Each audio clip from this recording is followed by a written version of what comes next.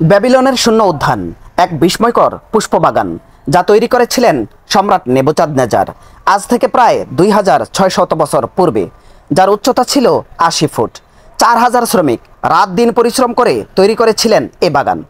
বাগান পরিচর্যার কাজে নিয়োজিত ছিল 1050 জন মালিক। 5 থেকে 6000 প্রকার ফুলের চারা রোপণ করা হয়েছিল এই ঝুলন্ত বাগানে।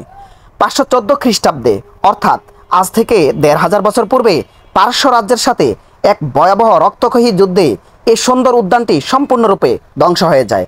ব্যাবিলনের শূন্য উদ্যান বা ঝুলন্ত বাগান ধ্বংস হয়ে গেলেও আজও সেটি প্রতিটি মানুষের বিবেককে ভাবিয়ে তোলে কিভাবে সম্ভব এটি।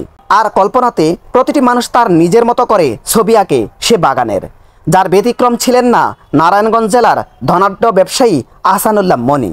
তিনি তার সাধ্য অনুযায়ী তার কল্পনার বাস্তব রূপ তৈরি করেন রাজমণি পিরামিড এরিয়াতে শূন্য উদ্যান তৈরির মাধ্যমে।